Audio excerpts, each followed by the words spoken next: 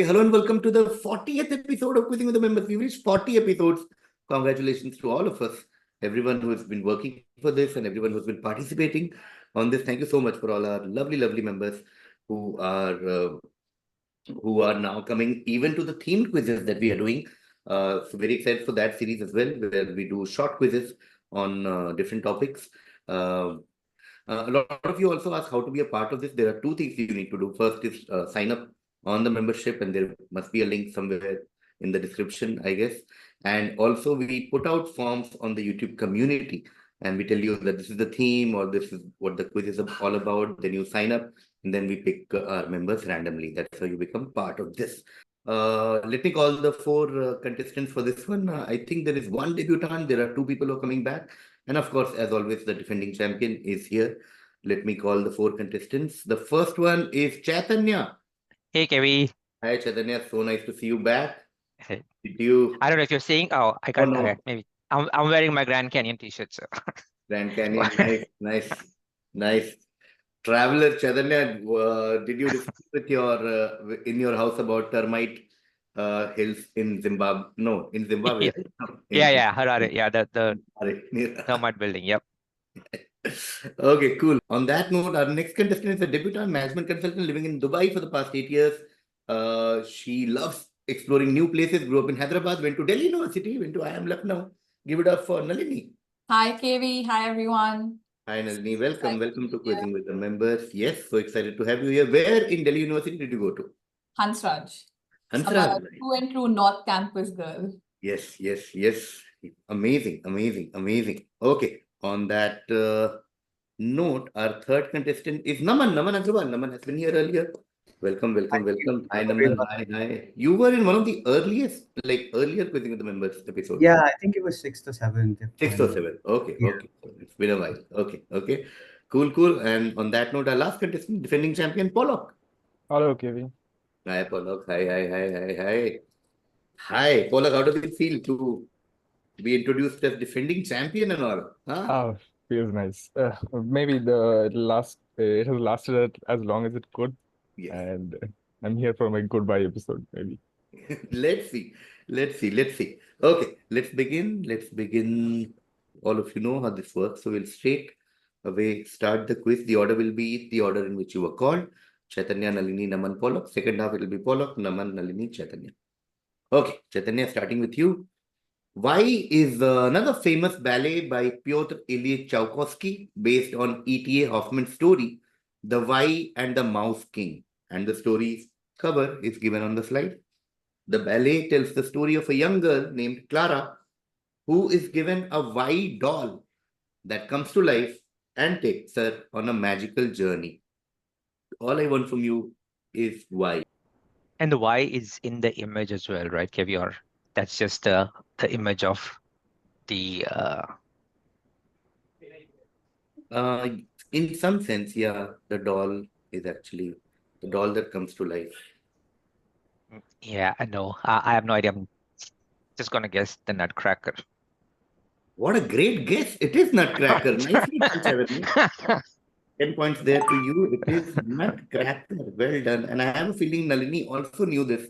She was waiting for Chaitanya to pass. But Chaitanya didn't. His guess worked. It is Nutcracker. Well done. Famous ballet by Tchaikovsky. Still a musical that's played all over the world. It is Nutcracker. Nice. So Chaitanya on board. 10 points. Next it will be to Nalini. Okay, Nalini, we're talking about a certain cake, but we're actually talking about a certain city. X cake is a dessert cake produced in the country Y since December 6, 1956 by the Karl Marx Confectionery Factory, which is now a subsidiary of the Rochen Corporation. The cake emerged as a symbol of the city, largely due to its brand name and packaging featuring the depiction of a horse chestnut leaf, which was present on the coat of arms of the city. Which city? I'm getting thrown off because Karl Marx takes me to a different country. And the country I'm imagining has it's not the same. Horse chestnut. And this is the cake, right? The picture you have is of the cake. Yeah. Is this the Kiev cake from Ukraine? What a Like, great start to the quiz. Again, beautiful back-to-back answers. It is Kiev cake. What a great crack, Nalini. Well done. It is Kiev cake. And yeah, Karl Marx Confectionery Factory is based in Kiev, in Ukraine. And Roshan Corporation is also a Ukrainian brand. And it is Kiev cake. Well done, well done, well done. Fantastic. It is Kiev cake. Okay, 10 points to Nalini. Next direct will be to Naman. No pressure, Naman. With that start, next direct is to you. Okay. John Cage, a pioneering composer in the avant-garde movement, is most famously associated with the concept of this genre of music through his composition 4 minutes 33 seconds, 4:33. This piece, which consists of 4 minutes and 33 seconds, challenges traditional notions of music and performance by emphasizing the ambient sounds present during the performance. The work is a profound statement on the nature of music and listening. What is he considered a pioneer of? And then, for a hint, you also have the musical notes of 4 minutes 33 seconds. So is this like a very a common genre of music that we are used to, or am I allowed to ask that? I'm not sure. Sure. So, yeah, so don't think like pop music or folk music or blues music, not like that.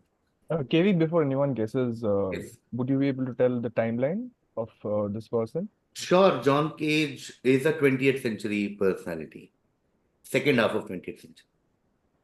If I remember correctly, 80s would be his peak. Okay, so I don't really know, but I'm gonna get. Is this like silence, like 4 minute 33 seconds of just silence? So you I'll just give like it to you. Silent was the keyword I was looking for. It is silent music. Okay, silent music. And yeah, you got the funda. And if you see the notes also, there's barely anything. yeah, that's what I got Yeah, it which was probably. the big clue. It is silent music. And don't focus on the music, but on the ambient sounds. Silent music. Well done. What a start. Okay, hat tricks of 10. No pressure, Pollock. In case defending champion was not pressure enough. Next, direct to you.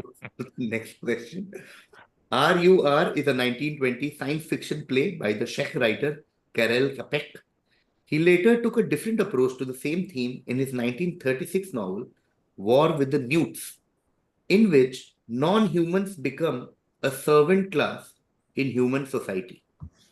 While writing the play, he introduced a word to the English vocabulary. What word do you think originated from his work, War with the Newts? Is it a single word? Yes. There's one obvious one staring me in the face. If I don't guess it, I'll regret it. So I'll just go with robot. It is robot. Yes, well done. 10 points there to Pollock. It was the obvious one that you thought of. It is robot. Okay, robot comes from the Czech word robota, which literally means forced labor, and that's where the word came from. And it was actually RUR was the first book where he mentioned the word. RUR actually stands for Rossum's Universal Robots. Okay, so RUR, and then by the time he wrote War with the Newts, the robots had become servant class in human society. We're talking about robot, comes from a Czech word, robota. Okay, perfect start to the quiz. Let's know. Yeah, 10, 10, 10, 10, 10.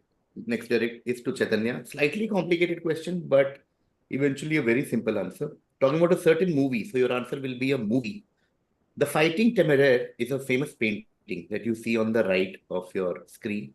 The Fighting Temeraire by Turner depicts one of the last warships that played a major role in the Battle of Trafalgar in 1805. In the movie, it symbolizes the turning tides of secret intelligence and how a stubborn person survives all changes.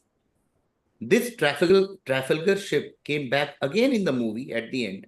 The ending showed the warship Victory fighting at Trafalgar and the Temeraire alongside.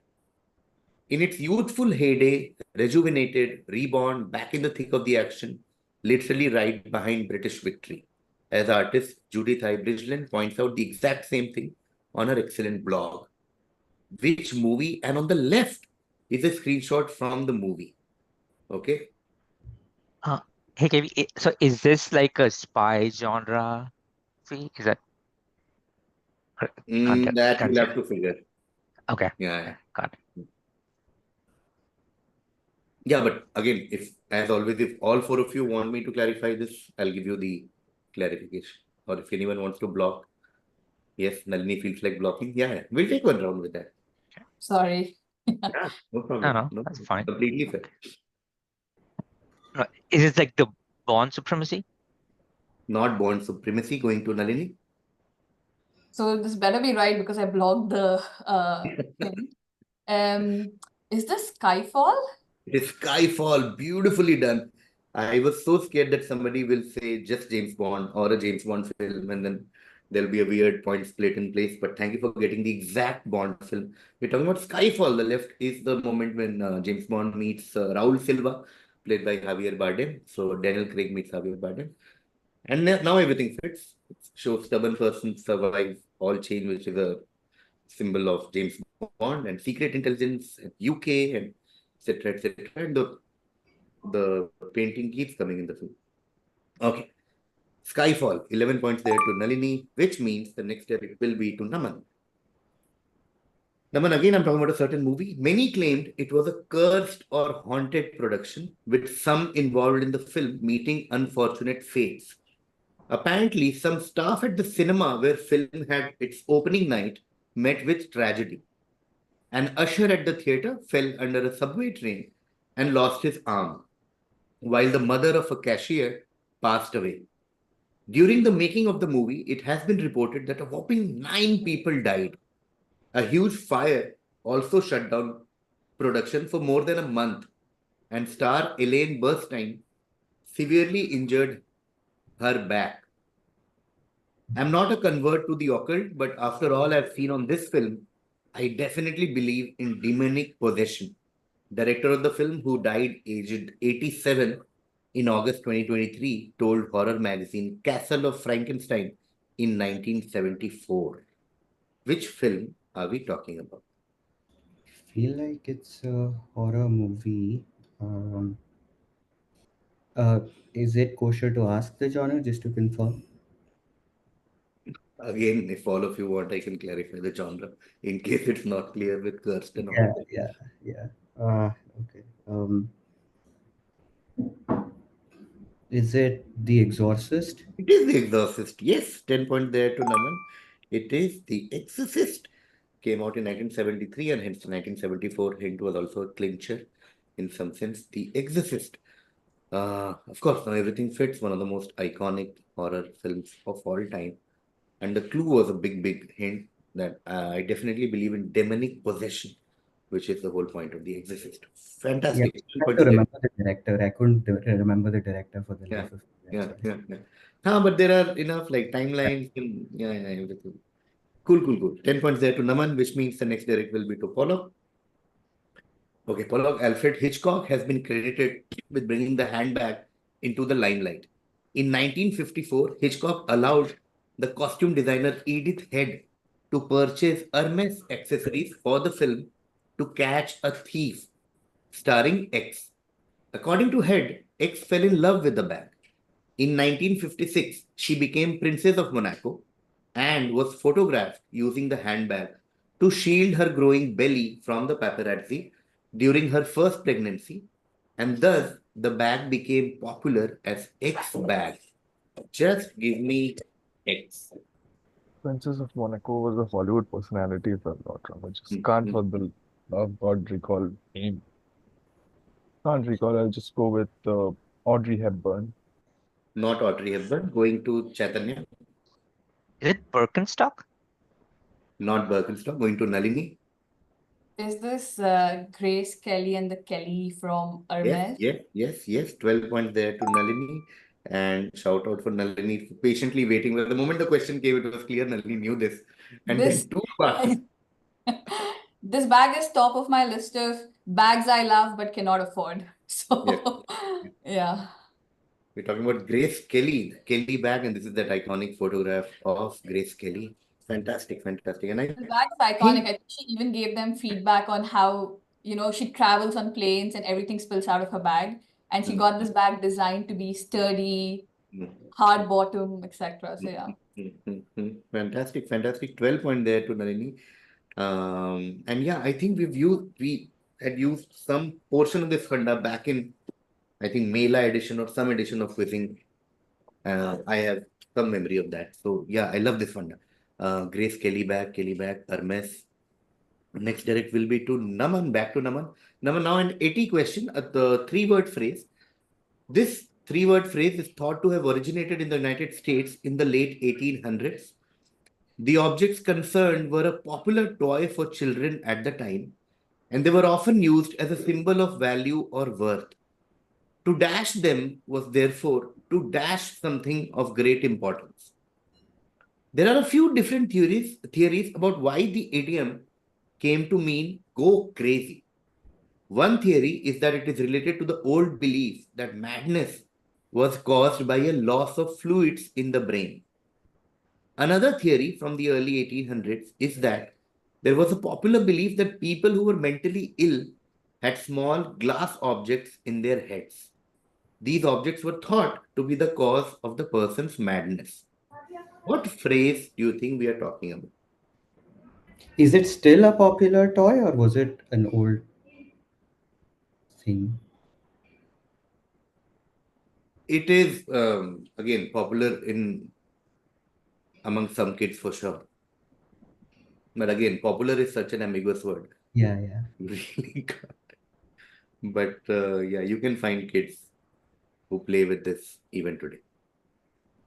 I don't know. I can't think of something. So I'll just say go bonkers or something. Not go bonkers, going to Pollock. Both the dashes would be the same, right? To dash them was therefore to dash something. Yeah. Not really getting anything from that. I'll just go with a guess. Sharp as marble. Sharp as marble. Oh. No, I'll have to pass to Chaitanya. Is it lose your marbles? Lose your marbles. Well done. It is lose your marbles. Okay. Now everything fits. Marbles, to lose them was therefore to lose something of great importance. Lose your marbles means to go crazy, caused by a loss of fluids in the brain, and mentally ill had small glass objects in their heads, which they just thought was marbles. Talking about lose your marbles. Hate these part answers, correct answers. No, but yeah, we were looking at lose your marbles. There's no point splitting this. I will have to give 12 to Chaitanya for this. Because what did you say, Pollock? It's completely different meaning connotation. I said Yeah, sharp right. as marble. Yeah, So yeah. Fair. Okay, 12 points to Chaitanya for this, to lose your marbles. And yeah, that brings us to the end of the first half. Fantastic quizzing so far. Shout out to all 4 of you, regardless of the scores and results and everything. Let's take a look at the score, nevertheless, as the ritual during halftime. Chaitanya with 10 for Nutcracker and 10 for Lose Your Marbles is on 12 for Lose Your Marbles is on 22. Nalini with 10 for Kiev Cake, 11 for Skyfall, and 12 for Grace Kelly Bag is on 33 points right now. Naman with 10 each for Exorcist and Silent Music on 20 points, and Pollock has 10 for Robot. So very tight quiz actually, just one question difference between almost all 4 of you, 10, 20, 22, 33. And the whole second half remains. Let's start the second half. The order now will be Pollock, Naman, Nalini, Chaitanya. Cool. Pollock, this is your direct. Talking about a certain song, the song gained press coverage and a sharp growth in popularity for its use for the Chicago White Sox 2005 World Series Championship, and in 2007, the famous final scene of HBO's The Sopranos series finale Made in America. Steve Perry was initially hesitant to allow the song to be used in The Sopranos, but later agreed. While the lyrics mention being born and raised in South Detroit, there is no such place in Detroit. Michigan area is commonly called South Detroit. Steve Perry later said, I tried North Detroit, I tried East and West, and it didn't sing. But South Detroit sounded so beautiful. What song are we talking about? Is it okay to ask the timeline of the song itself? Is it of that time, or is it from? Again, if all of you want timeline of the song, I'll tell you. Everyone? Yeah. Mhm. Yeah. Okay. So the song came out in early 1980s. Okay, so the song is, again, if I remember correctly, must be an 81, 82 song. But yeah, used quite often, as you can see, even later. And maybe another question. It says Steve Perry was initially hesitant. Hmm. So does that mean the song is by him, or? Yeah, he's the singer and songwriter. I don't know. I'll go for generic phrase or guess. God bless America. Now, God Bless America, going to Naman, I also don't know. Dream On. not Dream On, going to Nalini. No idea, pass. Okay, going to Chaitanya, Yeah, I don't have a guess. Wings of Fire. Just not Wings of Fire. Okay, we'll start again with a hint. Um, so the band is called Journey. That's my first clue. If anyone wants to block, Chaitanya, you block Journey. Okay, and yeah, Steve I Perry was the lead singer and songwriter of Journey. Is that good enough? One of the most, like, every top. think yeah, I think I have a guess. It's a Journey song, 1981. Yeah. Is it Country Roads Take Me Home? No. Going to Naman. I don't know. Is it the final countdown? Not the final countdown. Going to Nalini. I'm just going to make up a song name. Is it like The Ride to South Detroit or something? No. Going to Chaitanya. Is it Don't Stop Believing? It is Don't Stop Believing. Nicely done. Don't stop Yeah. believing.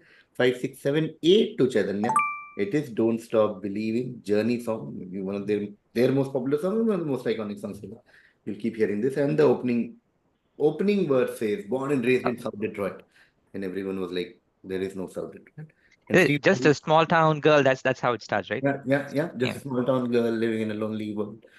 And Steve Perry was the lead vocalist of Journey. Don't Stop Believing. Okay, 8 points there to Chaitanya, which means we come back to Pollock for the next direct.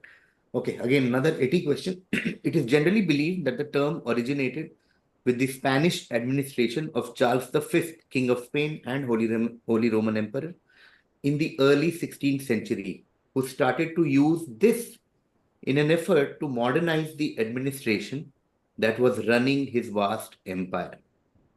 The tradition continued through to the 17th and 18th century. In David Copperfield, Charles Dickens wrote, Britannia, that unfortunate female, is always before me, like a trussed fowl, skewered through and through with office pens and bound hand and foot with dash dash. Tell me the blanks and or the term. What term's origin are we talking about? Evie, can I ask if the blanks are like representative of the length? Almost, yeah. So he used the king used the term or whatever No, the the meaning. king did use the term. Okay. King used the Whatever panda. the meaning is. Ha. Kivi, could I ask, is the origin Spanish? No, not really. Uh, don't I'll just go with human resources. Not human resources. Going to Naman. I don't know. Bureaucracy. No, passing to Nalini. I can only think of one thing. Is this red tape? It is red tape. Naman took that first step to bureaucracy. He just had to reach excessive bureaucracy. We're talking about red tape. Okay, now everything fits. Red tape. I Britannia. knew bureaucracy was not right. There were two blanks, and I was just Yeah. thinking of something that I just didn't get it. Hoovered through and through with office pens and bound hand and foot with red tape. And red tape is, as you know, excessive bureaucracy. And yeah, the term red tape comes from this. Yes, sorry, Nalini, were you saying something? Yeah, I never knew it actually had a positive connotation. It sounds like it was used to modernize and then became something that doesn't work. But yeah. Yeah, it Yeah. apparently started with Charles V to modernize, like nice use red or pink tapes they used to use. And then eventually every office document was bound by this and then became a symbol of excessive bureaucracy. 12 points there to Nalini, which means the next direct will go to Chaitanya. Chaitanya, writer Lerman revealed that he drew inspiration from the Greek tragedy of Orpheus and Eurydice. The filmmakers projected the Orpheus figure onto the character by characterizing the latter as a musical genius whose talent surpassed that of everyone else in his world. The film's use of songs from the mid to late 20th century in the 1899 setting makes the character appear ahead of his time as a musician and writer. The film became the first musical film to receive a coveted Best Picture nomination since Beauty and the Beast. Which film are we talking about? I have no clue, Kevi. Is it Mozart? Not Mozart, going to Pollock. Sorry, did you say the film? When is the film set? The film setting is 1899. 1899. Oh God. I was thinking La La Land in my head, but 1899.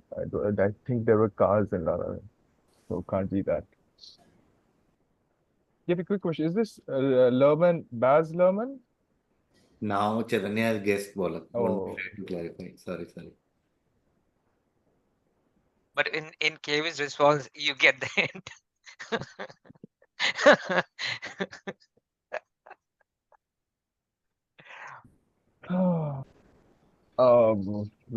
Getting confused, so I'll just guess The Pianist.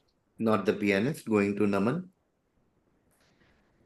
My guess was kind of nullified by Chaitanya's guess. I was guessing Amadeus. Okay, I'm gonna say Amadeus. No, passing to Nalini.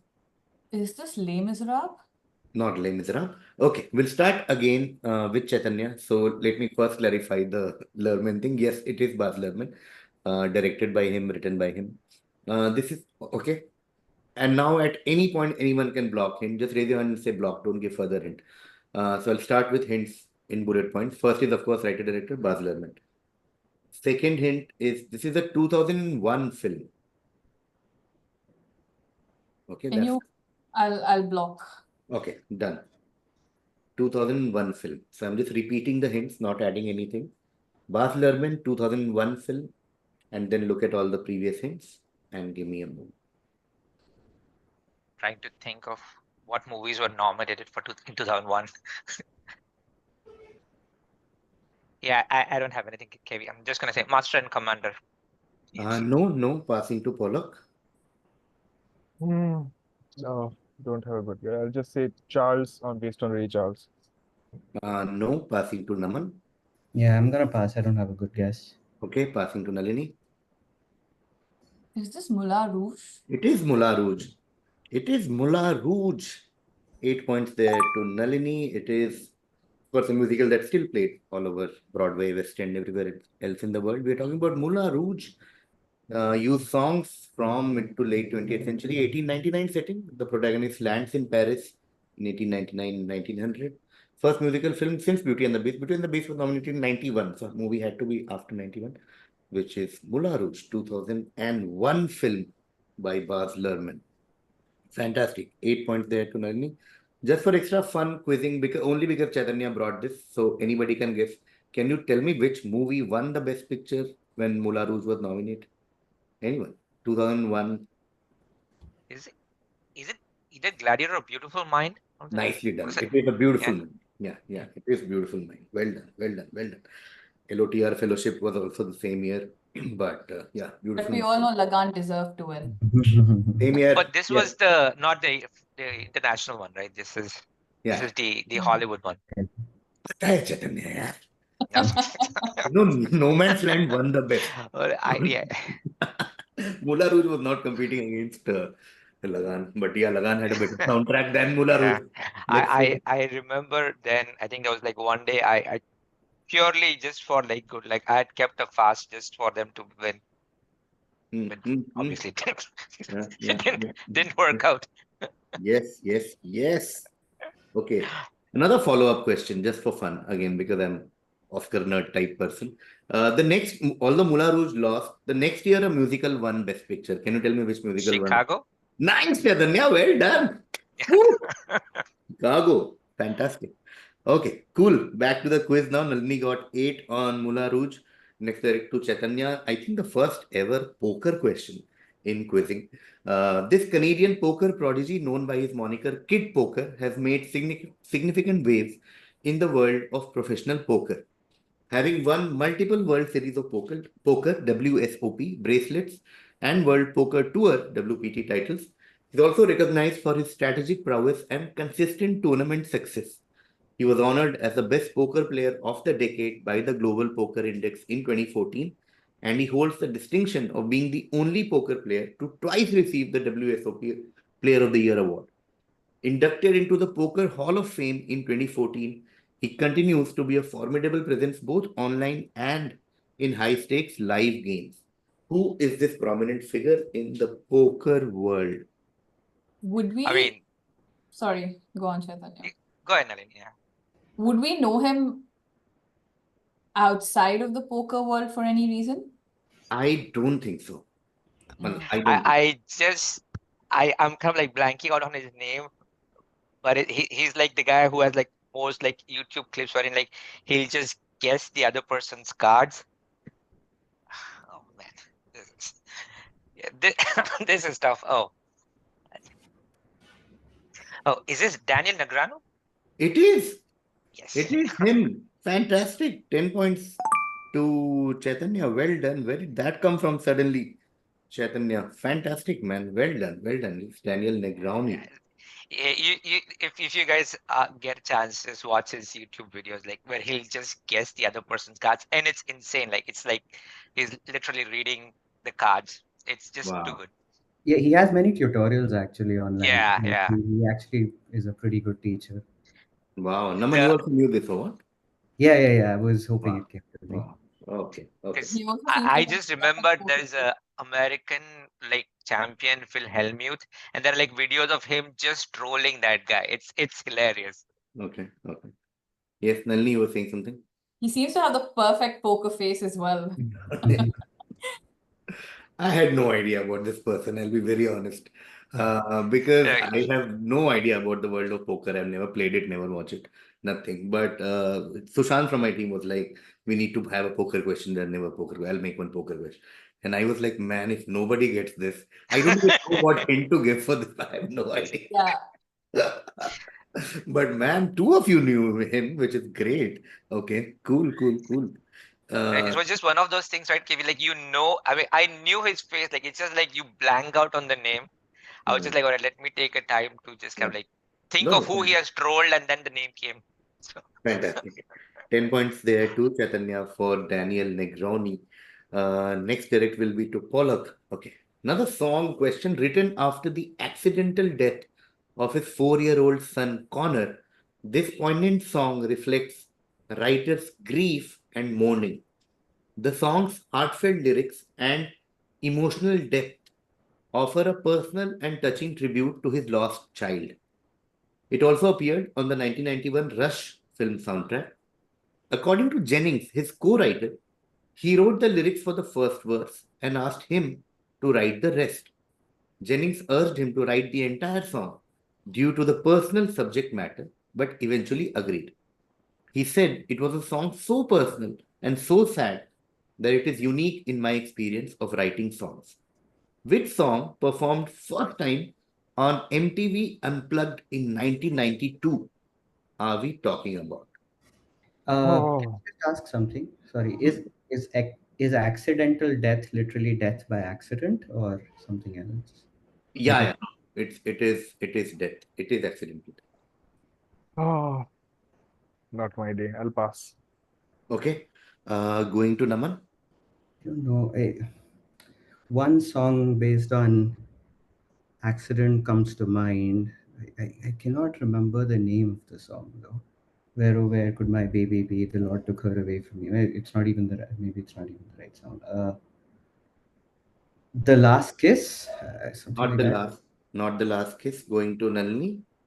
I'm not sure of the timeline because you said it was already used in a 91 movie. But is this Tears in Heaven by Clapton? Yes, absolutely correct. It is Tears in Heaven by Eric Clapton. 12 points there to Nalini, and I think this time Chaitanya was waiting for it to pass to him. Yeah. It is Tears in Heaven by Eric Clapton, of course. And It just like fall off the edge of a yes, building or yes, yeah. yes. His 4-year-old son fell off from 53rd floor Yeah. of a building of, I think, one of Connor's friend's mother or some. So he was there, and then Clapton hid himself from the world for a few weeks, then came back out. He started working and wrote this song, "Tears in Heaven," and yeah, famous from.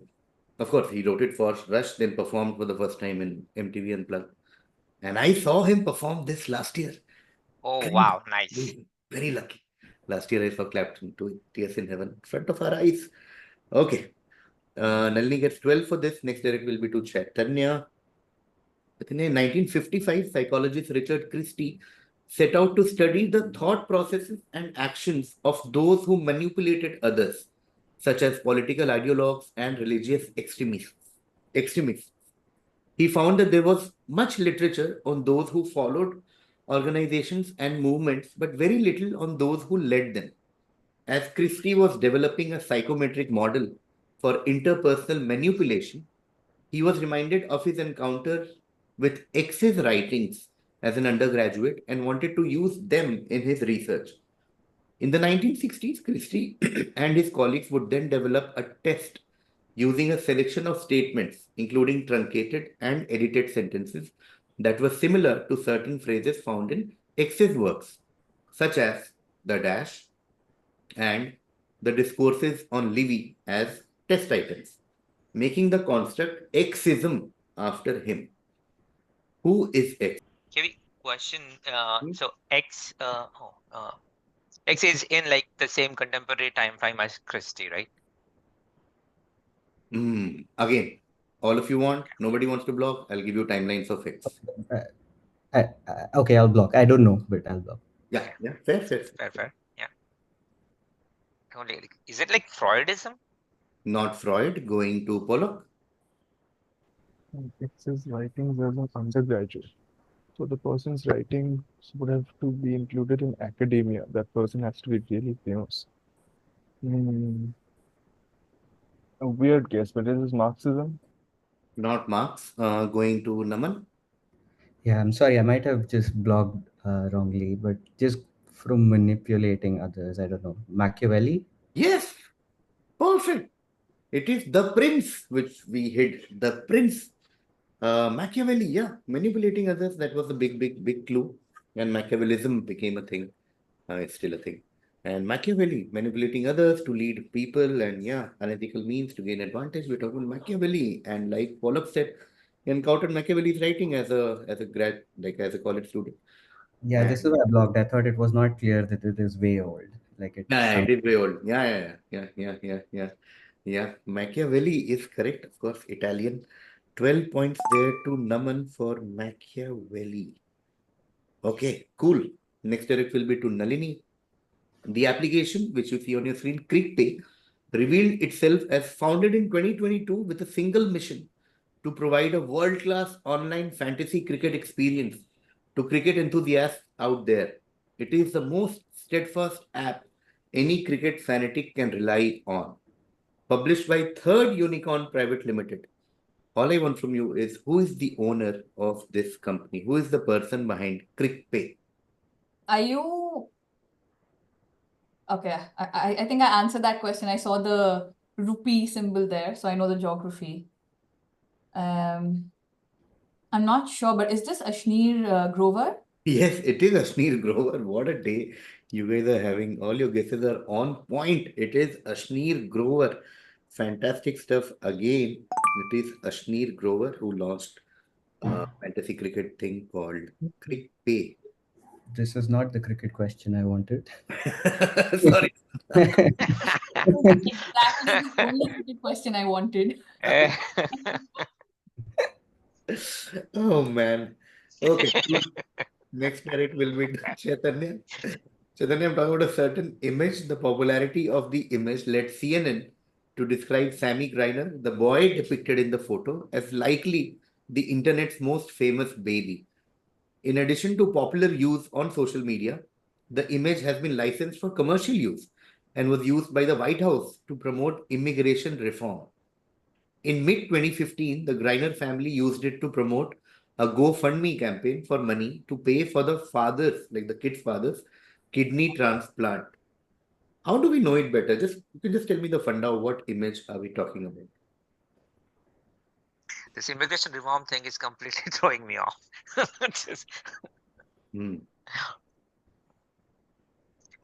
No, Kevin, no idea. Pass. Okay, passing to Pollock. Pass. Passing to Naman. I hate these meme questions. It makes me feel very irrelevant. Is it? I don't know the name of that guy. It's that slightly chubby white kid who does this in the movie. Yes, that's it. Grumpy kid. Yes, not the grumpy kid, success kid. Okay, Success. like that's okay. I told you in the beginning, no need to give me the exact name or anything. As long as you tell me the funda, this is the. I'm sure, Naman, you meant this, right? Like Yeah. This is. I mean, I have no idea what this kid is called. Yeah. Success kid.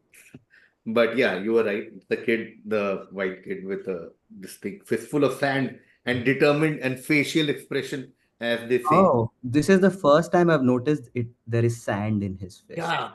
I think it was just. And that is the story of the whole thing. Like the father and the son were on the beach and he was just doing things with sand and he was just taking photos. And one of those photos came like this and became a viral meme.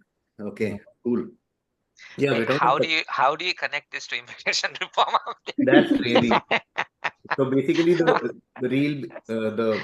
photo became viral, and then one of the first memes that came out was called "The Kid Hates Sand" or something like that, Sand Castle. And apparently his father didn't like that meme. He was like, "No, my kid loves sand and making sand castle." Then the success angle came to the photo. Like so successful, determined, and father was like, "Yeah, that is true. Yes, let's support this." So that became really popular. Then he sold the photo to I think one of either Getty or some stock image company, and it became really popular. Then Obama administration used this photo as like immigration for some reason, like say donate to immigration, something like that. And then later, actually, when the kid was born, his father, after a few months of his birth, realized that he has kidney issues. He went through dialysis, etc., every day, 3 to 4 hours. And the popularity of this image led to a GoFundMe campaign, which helped his father get kidney transplant and all. That's beautiful. Okay, cool. So Naman is the success kid for this question, huh? He is. 12 points there to Naman. Success kid. Okay, that brings us to the end of this quiz. Let's take a look at the score. Chaitanya had 22 in the first half. He got 8 for Don't Stop Believing Journey. and 10 for Journey, Don't Stop Believing, 10 for Ariel Negrano. Chaitanya ends on 40. KV. Back to the scores. We'll come to Nalini's score at the end. Naman had 20 in the first half. He got 12 for Success Kid and 12 for Machiavelli. Naman ends on 44. I think 44. Naman, well done. Pollock had 10 in the first half. Pollock ends on 10. Pollock. This has been a worse title defense than Liverpool. So. Oh wow, you had to stick that on it, Pollock. Yeah, no reason. No reason. Some water. As Roy K. Some people in the YouTube circle said, bad champions. Yeah. But this is the Champions Curse, like the same FIFA World Cup and all. Pollock, but I hope to see you soon in one of either quizzing evenings or back on quizzing with members. And now Nalini Liverpool नहीं बोलना चाहिए था. Liverpool. No. It's okay. It's fine. I'm a United fan, so I had to stick that in. Yeah. एक और बोलेंगे KV will shut this. No. No. See, I've spent years and years with United as the dominant team and Liverpool as the. I finally reached a stage as a football fan after I don't know how many years where I used to speak only. Like the results speak for themselves. I feel so nice when they're like, "Kal Brighton se haar ke ladka mere ko bol raha." KV, I used to so good. So I supported Arsenal when I used to watch a lot of football. So, Pain is my middle name. Yeah. I'm But so glad we did not have a football question. we did not in I this was one. Yeah. Okay, Nalini had 33 in the first half. She got 12 for Red Tape, then 8 for Moulin Rouge, 12 for Tears in Heaven, and then Ashneer Grover, 10 points. And Nalini is the new champion of Quizzing the Members with 75 points. awesome, Okay, Nalini. so This is called So beginner. yeah, Nalini, congratulations. We'll see. We will see you soon, Nalini, with 3 new contestants in the next episode. Shout out to you, Chaitanya. You are fantastic. I can't wait to host you again.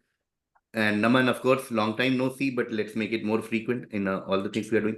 Pollock, all the football thing aside, fantastic. Within the last one happens with, as we often say, a case of the set, the order, a lot of I mean, things. for quizzing, the knowledge is the whole, syllabus is the whole of the universe, and it just has to match your set. Yeah. But Pollock, I hope to see you soon in one of the many things we are doing with members, and also, if possible, in offline quizzes. We are coming to Delhi in October or November. I think November. So we'll see you soon there. Thank you, guys. Thank you, everyone, for being part of Quizzing with the Members. Thank you.